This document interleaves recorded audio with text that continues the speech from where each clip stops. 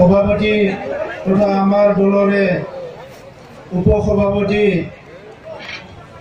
বিনোদ ৰাভা ডাঙৰীয়া এই সভাত উপস্থিত হৈ বক্তব্য ৰাখি যোৱা আমাৰ দলৰ প্ৰতিষ্ঠাপক সভাপতি ইউজি ব্ৰহ্ম ডাঙৰীয়া, আমাৰ দলৰে উপসভাপতি গোবিন্দ বসুমতাৰী ডাঙৰীয়া আৰু ইয়াত উপস্থিত আমাৰ দলৰ কেন্দ্ৰীয় কমিটিৰ বিভিন্ন বিষয়ববীয়াসকল, জিলা কমিটিৰ সভাপতি নন্দৰাম বৰৰ লগতে বিষয়ববীয়াসকল, ইয়াত উপস্থিত আমাৰ খালেংদুৱাৰ সমষ্টিৰ প্ৰাৰ্থী দিলীপ বড়ো ডাঙৰীয়া, মুদৈবাৰী সমষ্টিৰ প্ৰাৰ্থী আমাৰ এন্থনী বসুমতাৰী ডাঙৰীয়া, ইয়াত উপস্থিত আমাৰ খৈৰাবাৰী সমষ্টিৰ প্ৰাৰ্থী বাবুল বসুমতাৰী ডাঙৰীয়া, মেৰগাঁও সমষ্টিৰ প্ৰাৰ্থী দাওবাইচা বড়ো ডাঙৰীয়া, আমাৰ ননাই চেৰপাং সমষ্টিৰ প্ৰাৰ্থী কৃষ্ণগিৰি ডাঙৰীয়া আৰু উপস্থিত মোৰ শ্ৰদ্ধা ৰাইজসকল, প্ৰথমতে আজি আমাৰ এই গণসমাৱেশত উপস্থিত হোৱা সকলো ৰাইজলৈ নমস্কাৰ জনাইছো। খুলুমবাই, জোহাৰ, সালাম আলাইকুম। बाहागो लानाय साफ्रोमनोबो आङो गोसो गोरबोनि अननाय आरो सिबिनायखौ बावहरबाय। मोजाङैनो दङना रायजोफोर? मेंदों नामा? दसे थाबावनो हायो नङा होमबा? ভাগৰ লাগিছে নেকি ৰাইজ? শক্তি আছে? নাচিব পাৰিব? 17 বছৰ দুখ দুৰ্যোগ বিভিন্ন দুখেৰে আমি পাৰ কৰিলো আৰু এতিয়া আমাৰ ভাল দিন আহিছে। আমাৰ মাজত ফূৰ্তি, নাচ গান, আমাৰ ৰীতি নীতি সংস্কৃতি সব আমি ওপৰত লৈ আহিব লাগিব। আমাৰ সমাজখন বহুত সুন্দৰ, কিন্তু সেই সুন্দৰ সমাজখন যোৱা 17 বছৰত হাগ্ৰামা মহিলাৰীৰ যি দাদাগিৰি উপশাসনে আমাৰ সমাজখন কঙা কৰি পেলাইছিলে আৰু আজি আমি সবে মাৰ বান্ধি থিয় হৈছো। আমাৰ সমাজত ভাষা, সংস্কৃতি, অস্তিত্ব, আমাৰ সকলো জাতি জনগোষ্ঠী ৰীতি নীতি সব বাচি থাকিব লাগিব আৰু ইয়াৰ কাৰণে আজি আমি UPPL দলে এটা নতুন জাগৰণ, নতুন সংগ্ৰাম আৰম্ভ কৰিছো। যি সংগ্ৰামত নেকি বড়ো, অসমীয়া, বঙালী, মাইনৰিটি, আদিবাসী, ৰাভা যিমান জনগোষ্ঠী আছে ৰাজবংশী সকলোৰে ভাষা, সংস্কৃতি, ৰীতি নীতি, সংস্কৃতি জীৱিত হ'ব লাগিব, আগুৱাই যাব লাগিব, সেইটো আমি বিচাৰিছো। আৰু সেইকাৰণে ৰাইজ আমি মাত্ৰ ভোটৰ কাৰণে, ৰাজনৈতিক লাভালাভৰ কাৰণে আজি এই গণসমাৱেশ অনুষ্ঠিত আয়োজন কৰা নাই। এই গণসমাৱেশ আয়োজন কৰিছো, এই ৰাজনীতিক সভা সমিতিবিলাক আয়োজন কৰিছো আমাৰ বিটিআৰ অঞ্চলত এটা পৰিৱৰ্তন আনিব লাগিব, এটা পৰিৱৰ্তন আনিব লাগিব। যোৱা 17 বছৰত যি দুৰ্নীতি, ভ্ৰষ্টাচাৰ, অপশাসন হ'ল, আমাৰ জাতি জনগোষ্ঠীৰ মাজত যি ঠগ প্ৰবঞ্চনা কৰিলে হাগ্ৰামা মহিলাৰীয়ে, ইয়াৰ এটা প্ৰতিশোধ ৰাইজে ল'বলৈ গৈ আছে। ৰাইজ, প্ৰতিশোধ মানে হিংসা নহয়।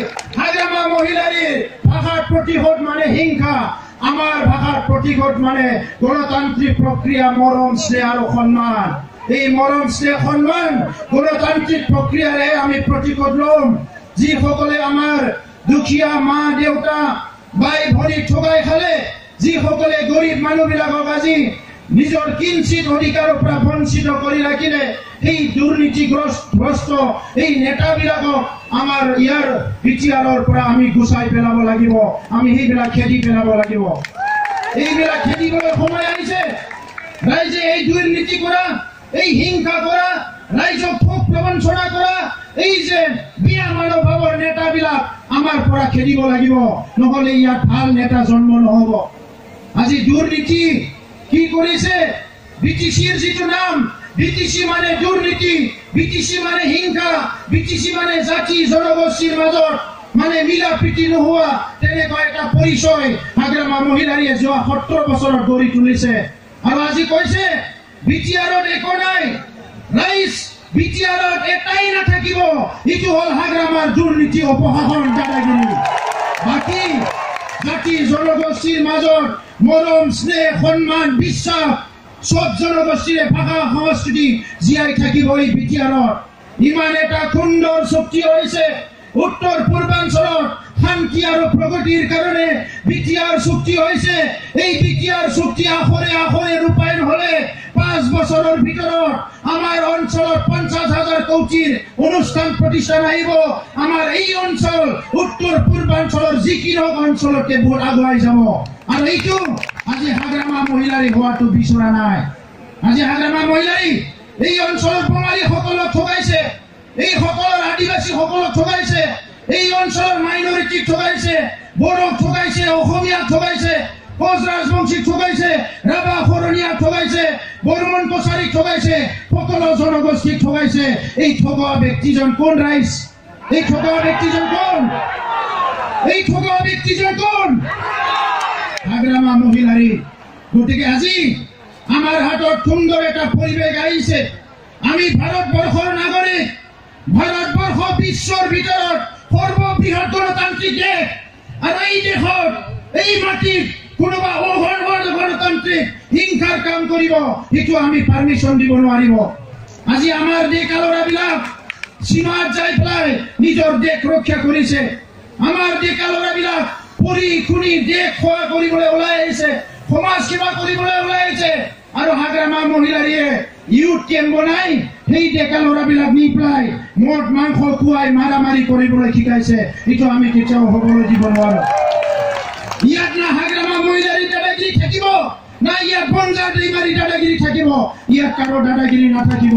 ইয়াত UPPLৰ শাসন চলিব, শান্তি সম্প্ৰীতিৰ শাসন চলিব। আৰু সকলো জনগোষ্ঠীৰ বহুত হল আজি ঠগ প্ৰবঞ্চনা বঞ্চনা। আৰু ইয়াত আমাৰ এই বিটিআৰৰ এইটো হ'বলৈ নিদিও। যিখিনি হল যথেষ্ট হল। তেখেতসকলে এইখিনিতে বন্ধ কৰক।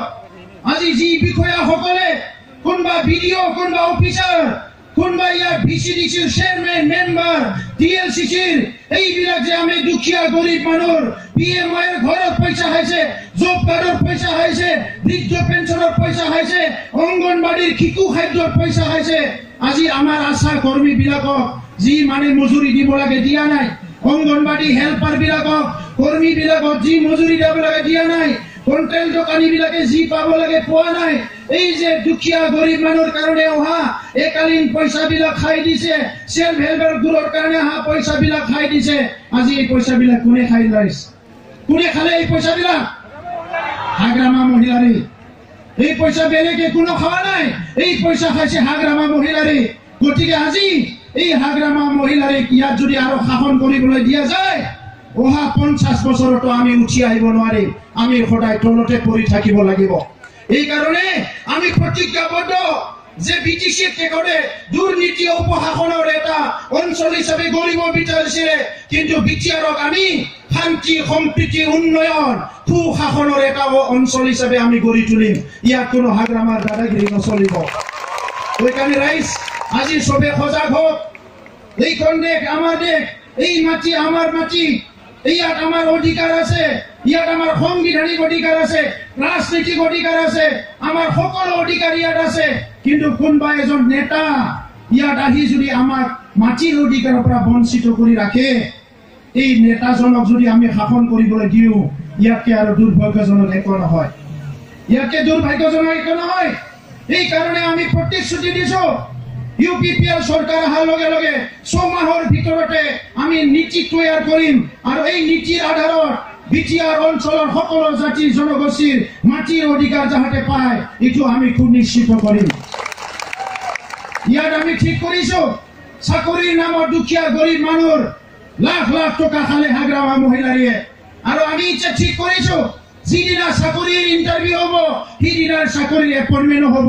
কোনো 18 পইচাও খাব নোৱাৰিব, কোনো 18 পইচাও খাব নোৱাৰিব। আজি টংলা টাউনত অহাৰ লগে দুখ লাগে। BTC গঠন হোৱাৰ আগত টংলা টাউনৰ ৰাইজে পানী খাবলৈ পাইছিলে, কিন্তু BTC হোৱাৰ পিছত টংলাৰ মানুহবিলাকে পানী খাবলৈ নাপায় গভৰ্ণমেণ্টৰ পৰা। আৰু ইয়াত চেয়াৰমেন কোন? টংলা টাউনৰ চেয়াৰমেন বঞ্জাৰ দৈমাৰী ডাঙৰীয়া ৰাইজৰ পানীৰ পৰা বঞ্চিত কৰি ৰাখিছে। আজি টংলা টাউনৰ মিউনিচিপালিটি ঠিকে চলাই। ইয়াত পানেৰী অঞ্চলত উত্তৰ অঞ্চলৰ হাতী মানুহৰ সদায় সংঘাত হয়। ইয়াত হাতীৰ মানুহ সংঘাতটো বন্ধ কৰিবৰ কাৰণে কোটি কোটি টকা নালাগে, এটা ভাল ফেন্সিং দিব লাগে। আৰু আমাৰ ৰাইজে ওলাই যায়, বছৰত এবাৰ যিদিনা ইনভাইৰনমেণ্ট ডে হয় সেইদিনা আমি এই ৰাইজক ওলাই যায় আমি পাহাৰৰ অঞ্চলত হাতীৰ কাৰণে জীৱ জন্তুৰ কাৰণে আমি কিছুমান ফল মূলৰ গছ ৰুই দিব লাগিব। ৰাইজ পাৰিবনে? আমি ওদালগুৰি জিলাৰ যদি 50,000 মানুহ ওলাই যায় 10ডাল গছ ৰুই 5 লাখ গছ হৈ যাব। আজি হাতীৰো খাবলৈ খাদ্য নাই, থাকিবলৈ জাগা নাই। আৰু এই কথাটোকে বিপিএফে ৰাজনীতি কৰি আছে। ঘৰ বনাই দিম, সাহায্য দিম বুলি পেলাই ভোট লয়, কিন্তু ৰাইজক একো নিদিয়ে। গতিকে আমি ঠিক কৰিছো ইউপিপিএলৰ চৰকাৰ অহাৰ লগে লগে আমাৰ এই বছৰৰ পৰাই 2021 চন ডিচেম্বৰ হ'বলৈ বাকী নাই। 2021 চনৰ পৰা যাতে হাতী মানৱ সংঘাতটো বন্ধ হয়, ইয়াৰ কাৰণে আমি ইউপিপিএলে কাম কৰিম। আমি ঠিক কৰিছো যিখিনি আজি ভেঞ্চাৰ স্কুল, প্ৰত্যেকটো ভেঞ্চাৰ স্কুল প্ৰভিন্সিয়েলাইজ হ'ব লাগিব। বড়ো মিডিয়াম, অসমীয়া মিডিয়াম বুলি কথা নাই, প্ৰত্যেকটো ভেঞ্চাৰ স্কুল প্ৰভিন্সিয়েলাইজ হ'ব লাগিব। কিছুমানে প্ৰশ্ন কৰিছে অসমীয়া ভাষা কি হ'ব, বাংলা ভাষা কি হ'ব। আজি অসমীয়া ভাষা ভাৰতৰ স্বীকৃতিপ্ৰাপ্ত ৰাষ্ট্ৰীয় যিটো ভাষাবিলাকৰ ভিতৰত এটা স্বীকৃতিপ্ৰাপ্ত ভাষা। বড়ো ভাষা স্বীকৃতি পাইছে, বাংলা ভাষা স্বীকৃতি পাইছে, আৰু ইয়াৰ লগতো বিভিন্ন ভাষা আছে আমাৰ এই বিটিআৰ অঞ্চলত। আমি যদি সেই ব্যক্তিবিলাকক মৰম কৰো, সেই ব্যক্তিবিলাক যদি নিজৰ বুলি ভাবো, সেই জনগোষ্ঠীবিলাকৰ ভাষা সংস্কৃতি আমি জীয়াই ৰাখিব লাগিব। আৰু আমি ইউপিপিএল দলে প্ৰতিশ্ৰুতি দিছো বিটিআৰ অঞ্চলত যিমান ভাষা আছে প্ৰত্যেকটো ভাষা জীয়াই ৰখাৰ দায়িত্ব আমি ল'ম। বিটিচি অঞ্চলত যি সংস্কৃতি আছে প্ৰত্যেকটো সংস্কৃতি জীয়াই ৰখাৰ দায়িত্ব আমি ল'ম। কাৰণ আমিও সংগ্ৰাম কৰি বুজি পাইছো সেই জনগোষ্ঠীবিলাকৰ কি অৱস্থা হৈছে। সেইকাৰণে ৰাইজ আজি আমি বহুত দুখিত হৈছো। আমাৰ মানুহবিলাক লাহে লাহে এটা নিগেটিভ চিন্তা হৈছে, ৰাজনীতি কৰি লাভ নাই, ৰাজনীতি কৰি হয় লাভ নাই, সেই নেতাবিলাকৰহে লাভ হয়। সেইকাৰণে ৰাজনীতিটো যদি ৰাইজৰ লাভ হ'ব লাগে, ৰাইজে সজাগ হ'ব লাগিব। আৰু দুৰ্নীতিগ্ৰস্ত নেতাবিলাকক কোনোদিন ভোট দিব নালাগিব, ভাল মানুহক ভোট দিব লাগিব। আৰু সেইকাৰণে আপোনালোকৰ ভয়, আপোনালোকৰ সংশয়, যিটো আপোনালোকৰ আজি সন্দেহ আহিছে, এই সন্দেহটো দূৰ কৰিবৰ কাৰণে ইউপিপিএল দলৰ চৰকাৰ অহাৰ লগে লগে যিসকলে দুৰ্নীতি কৰিছে, ভ্ৰষ্টাচাৰ কৰিছে, হিংসা কৰিছে, প্ৰত্যেকজন ব্যক্তিক বিচাৰি আনি আইনগতভাৱে শাস্তি দিব লাগিব, যাতে আমাৰ অঞ্চলত মানুহে যাতে মূৰ দাঙি থিয় হ'ব পাৰে, নিজৰ আত্মা সন্মান লৈ জীয়াই থাকিব পাৰে, সদায় যাতে নিজৰ মূৰটো ওপৰত ৰাখি ৰাজনীতিকো কৰিব পাৰে, নিজৰ মনৰ কথা মানুহৰ আগত ক'ব পাৰে। আৰু 17 বছৰে এইটো দমন নীতি চলালে বিপিএফে। সেইকাৰণে ৰাইজ আজি সময় আহিছে এই দুৰ্নীতি যিটো সম্ৰাট, এই দুৰ্নীতি সম্ৰাট হাগ্ৰামা মহিলাৰীক আমি বিদায় দিব লাগিব। আজি সেইকাৰণে মই বেছি দীঘলীয়া ক'ব বিচৰা নাই। ইতিমধ্যে আলোড়ন সৃষ্টি হৈছে গোটাই বিটিআৰত, কোকৰাঝাৰৰ পৰা ওদালগুৰিলৈকে এতিয়া জনতা সজাগ হৈছে, ৰাইজ ওলাই আহিছে, হাজাৰ হাজাৰ ৰাইজ ওলাই আহিছে ইউপিপিএলৰ এই সভা সমিতিবিলাকত। আজি এই পৰিৱৰ্তনৰ গণ সমাৱেশত হাজাৰ হাজাৰ ৰাইজ ওলাই আহিছে। আৰু ইয়াত কোনোবা বড়ো অনাবড়ো কৰাৰ জাগা আছে নেকি ৰাইজ? ইয়াত বড়ো অনাবড়ো কৰাৰ জাগা নাই। এই বড়ো অনাবড়ো কৰাবিলাকক আমি টংলাৰ পৰা সকিয়াই দিও। আপোনালোকে বড়ো অনাবড়ো ৰাজনীতি নকৰিব। আমি বড়ো, অসমীয়া, বঙালী, মুছলমান, আদিবাসী, গোৰ্খা সব ভাই ভাই। ইয়াত কোনো বেলেগ এনেকুৱা সমাজ বিভাজন কৰাৰ কোনো ঠাই নাই। ইয়াত যদি বড়োই খাবলৈ পাইছে, গোৰ্খাই খাব পাব লাগিব, আদিবাসীও খাব পাব লাগিব, নিজৰ অধিকাৰবিলাক পাব লাগিব। আজি সেই মানুহবিলাকে কিবা স্কুল কলেজৰ কাম কৰিছে নেকি, ৰাস্তা ঘাটৰ কাম কৰিছে নেকি, গোৰা খহনীয়া ৰোধ কৰা কাম কৰিছে নেকি?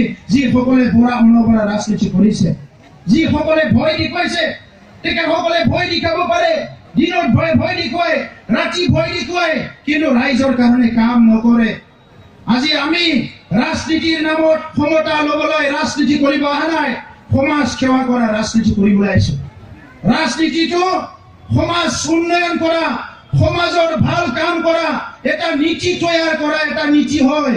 সেই নীতিটো হাগ্ৰামা মহিলাৰীয়ে 17 বছৰে কৰিব নোৱাৰিলে, 17 বছৰে মহিলাসকলৰ উন্নয়নৰ একো আঁচনি ল'ব নোৱাৰিলে, ছাত্ৰ ছাত্ৰী গুণগত শিক্ষা দিয়াৰ আঁচনি ল'ব নোৱাৰিলে, নিবনুৱা সংস্থাপন দিয়াৰ আঁচনি ল'ব নোৱাৰিলে, খেতিয়কসকলক ভাল খেতি কৰি অৰ্থনৈতিক উন্নয়নৰ কোনো আঁচনি ল'ব নোৱাৰিলে, ব্যৱসায় কৰা মানুহবিলাকক সহায় কৰা কোনো আঁচনি ল'ব নোৱাৰিলে।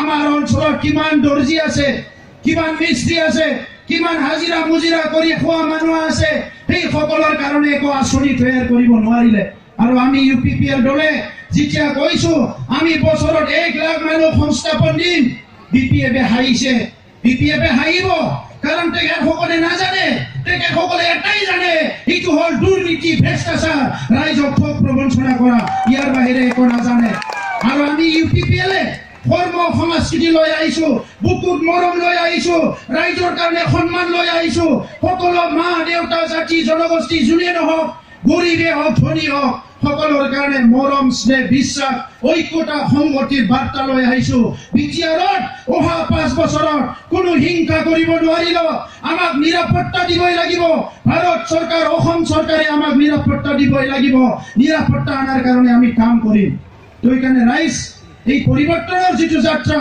এই পৰিৱৰ্তনৰ যিটো সংগ্ৰাম আজিৰ পৰা আপোনালোকে সকলো ইয়াতে যোগদান কৰিছে আৰু আজি মই কৰিব বিচাৰিছো 5 বছৰ আগত ওদালগুৰি ৰাইজে যি ভুল কৰিলে ইয়াত মানে BPF-ক 9জনকৈ মানে কেণ্ডিডেট জিকাই দি পায় এইবাৰ যাতে এই ভুলটো নকৰে ওদালগুৰি ৰাইজক BPF-এ একো দিয়া নাই আজি UPPL-ৰ নেতাবিলাকে গোবিন্দ বসুমতাৰী ইয়াত বিভিন্ন নেতাবিলাকে লগ লাগি ওদালগুৰিত ইউনিভাৰ্চিটি দিছে NIT দিছে নেশ্যনেল ষ্টেডিয়াম দিছে বহুত ভাল ভাল অনুষ্ঠান প্ৰতিষ্ঠান আনিছে আজি UPPL-ৰ নেতাসকলে BPF-এ 10 বছৰত একো নিদিলে হাগ্ৰামা মহিলাৰীয়ে যোৱাবাৰ ইলেকশ্যন জিকাৰ পিছত তেখেতে আহি পেলাই কৈছে ওদালগুৰিয়ে মোক মানে সন্মান বাচালে মই ওদালগুৰিত বহুত দিন কি দিলে ৰাইজ 5 বছৰত হাগ্ৰামা মহিলাৰীয়ে ওদালগুৰি ৰাইজক কি দিলে ওদালগুৰি ৰাইজক প্ৰতাৰণা দিছে আজি আহে নিজৰ নেতাবিলাকৰ ঘৰত আহি মদ মাংস খাই যায় টাউনৰ অৱস্থা কি হৈছে নাচায় গাঁৱৰ অৱস্থা কি হৈছে নাচায় স্কুলৰ অৱস্থা কি হৈছে নাচায় জাতি জনগোষ্ঠীৰ লগত লগ কৰি কথা পাতিবলৈ সময় নাই এই কাৰণে আমি ঠিক কৰিছো সম মৰ্যাদা সম অধিকাৰ প্ৰদান কৰিবলৈ সকলো জনগোষ্ঠীক এটা উন্নয়ন বোৰ্ড গঠন কৰি দিয়া হ'ব যাতে সকলো জনগোষ্ঠী আগুৱাই যাব পাৰে ৰাভা উন্নয়ন পৰিষদ আদিবাসী উন্নয়ন পৰিষদ গোৰ্খা উন্নয়ন পৰিষদ অসমীয়াসকলৰ কাৰণে উন্নয়নৰ কিছুমান স্কিম অসম সাহিত্য সভা বড়ো সাহিত্য সভা কুৰুক সাহিত্য সভা ৰাভা সাহিত্য সভা সকলো সাহিত্য সভা আমি সাহিত্য চৰ্চাৰ কাৰণে আমি সাহায্য আমি প্ৰদান কৰিম আমাৰ যিখিনি জাতীয় সংগঠন আছে সকলো নিজৰ কাম কৰাৰ কাৰণে আমি সাহায্য প্ৰদান কৰিম আমাৰ অঞ্চলত যিমানখিনি সত্ৰ আছে শংকৰ সংঘৰ আমাৰ গোসাই ঘৰবিলাক আছে নামঘৰবিলাক আছে বাথৌ থানচালি ব্ৰহ্ম মন্দিৰ গীৰ্জা মা আমাৰ যিখিনি মছজিদ যিমানখিনি তীৰ্থস্থান ধৰ্ম অনুষ্ঠান আছে